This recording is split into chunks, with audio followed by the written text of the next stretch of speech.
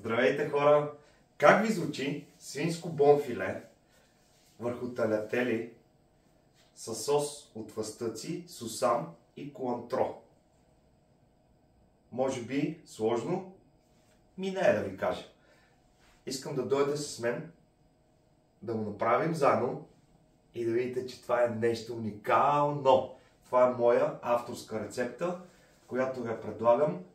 Ако ви хареса, ще направя още. Ако не, пак ще направя още. Давайте, идвайте и да действаме! И така, необходимите ни продукти са бонфиле, талятели, яйце, джинджифил, лайм, розмарин, мащерка, шалот, фъстъци, сусам, пармезан, масло, ябълка, нар, ликьор, олио, сметана, бяло вино, сол и пипер.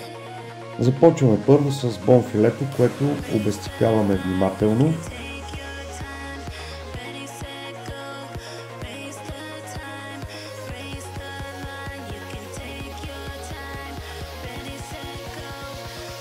След което го вкусяваме с сол и черен пипер и завиваме в стреч фолио под формата на бомбон. Стягайте го хубаво, приятели, след което отива в хладилника. Следващото, с което се заемаме, е пюрето от зелена ябълка. Нарязваме на ситно шалот, 1/3 от ябълката заделяме, режем я ябълката на купчета,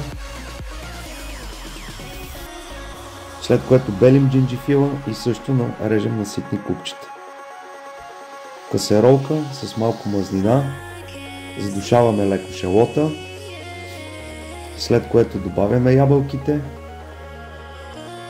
и джинджифила. Задушаваме още малко, добавяме масло, сол и малко вода.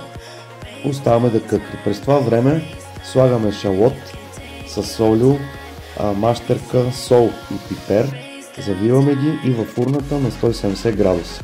През това време ябълките вече са готови, завършваме ги с кора от лайм и сок от лайм.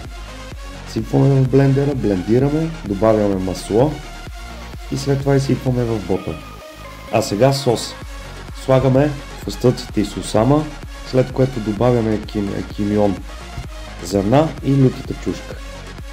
Накрая чесън и фламбираме с куантро.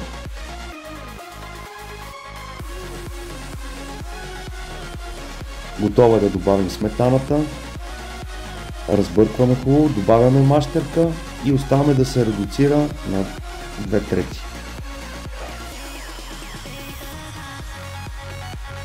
Когато е готов соса, завършваме пак с лайм, сок лайм и кора от лайм. Блендираме съвсем малко куантро, прецеждаме и оставяме настрани.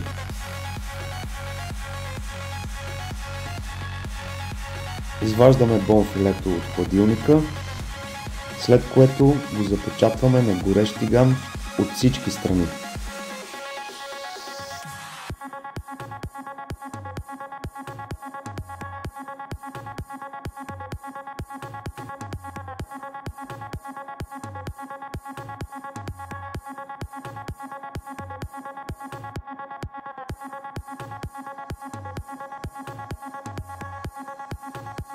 Завършваме с маслена баня и розмарин.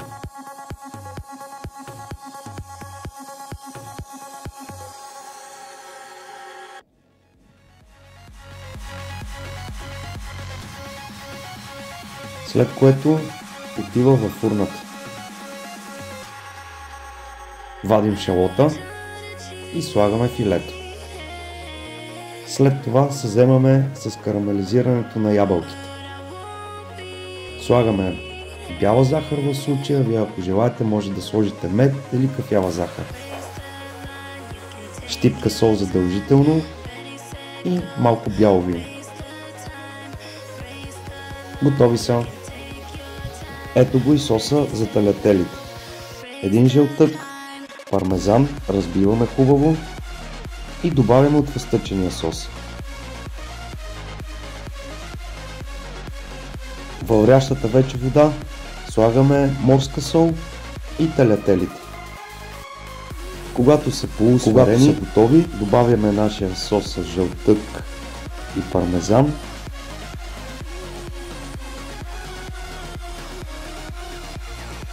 След което при него слагаме и талятелите. Внимавайте, защото котлона трябва да е на много слаба степен. Добавяме още малко вода от талятелите и черен пипер. Ето, че и те са готови. Време е за плейт. Навиваме талятелите на дълга пинсета, слагаме ги в един край на чинията, след което редим бонфилето. Завършваме с сол малдон и черен пипер.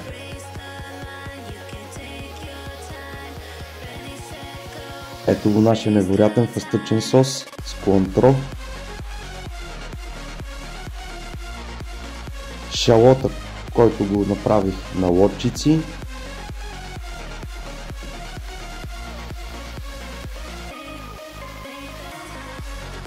Капки босилеково олио. Ако не знаете как се приготвя, има го в предните ми видеа. Пълним шалота с пюрето от ябълки. Карамелизираните ябълки режем, подреждаме.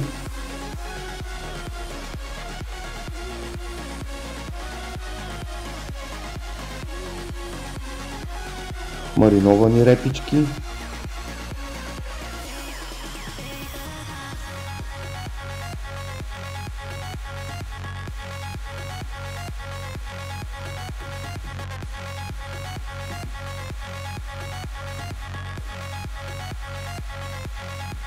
Кълнова отряпа.